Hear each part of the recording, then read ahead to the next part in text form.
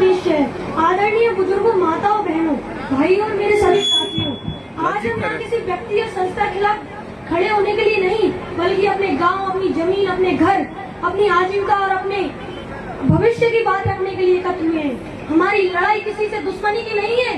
हमारा उद्देश्य सिर्फ इतना है कि हमारे गांव और यहाँ रहने वाले लोगों के हितों को ध्यान में रखकर फैसला लिया जाए। हमारे गांव सिर्फ नक्शे पर बने हुए कुछ नाम नहीं है। यहाँ हमारा घर है, हमारी खेती है, हमारे पशु हैं, हमारे रोजगार हैं और हमारी कई पीढ़ियों की यादें जुड़ी हुई हैं। हमारी जमीन हमारे लिए सिर्फ संपत्ति नहीं है, ये हमारी मेहनत, हमारी पहचान और हमारी आने वाली पीढ़ियों का आधार है। इसलिए जमीन से जुड़ा कोई भी फैसला हमारे जीवन से जुड़ा फैसला है। आज हमारे सामने सबसे बड़ा सवाल यही है, अगर किसी योजना या सेंचुरी के कारण हमारे गांव के लोगों को विस्थापित किया जाता है तो क्या इसका कोई दूसरा रास्ता नहीं हो सकता?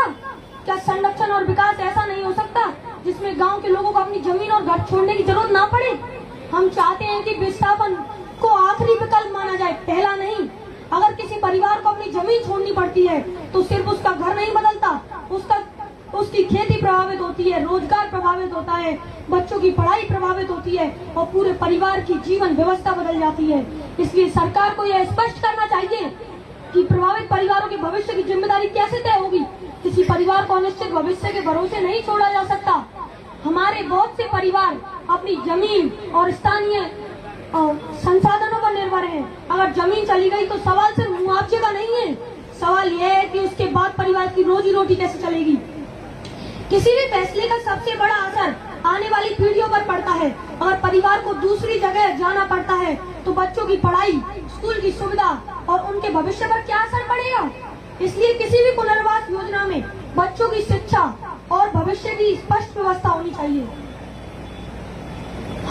जिस जमीन और गांव से जुड़ा फैसला है, उस फैसले के वहां के लोगों की आवाज सबसे महत्वपूर्ण होनी चाहिए। हमारी मांग है कि ग्राम सभा प्रभावित परिवारों से वास्तविक और खुली बातचीत की जाए। हमारे बारे में फैसला हमारे बिना नहीं होना चाहिए। अगर सरकार विस्थापन को जरूरी मानती है तो पहले यह स्पष्ट किया जाए कि रोजगारी की क्या व्यवस्था होगी, बच्चों की पढ़ाई कैसे जारी होगी, खेती और आजीविका का विकल्प क्या होगा, घर और मूलभूत सुविधाओं की क्या व्यवस्था होगी। इन सभी बातों की स्पष्ट और लिखित व्यवस्था पहले होनी चाहिए। हम यह नहीं कहते कि प्रकृति या पक्षियों की रक्षा नहीं होनी चाहिए।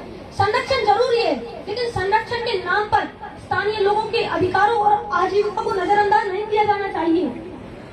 किसी भी बड़े फैसले से पहले लोगों की समस्याओं को समझना जरूरी है। आज हमारी मांगे बिल्कुल साफ हैं।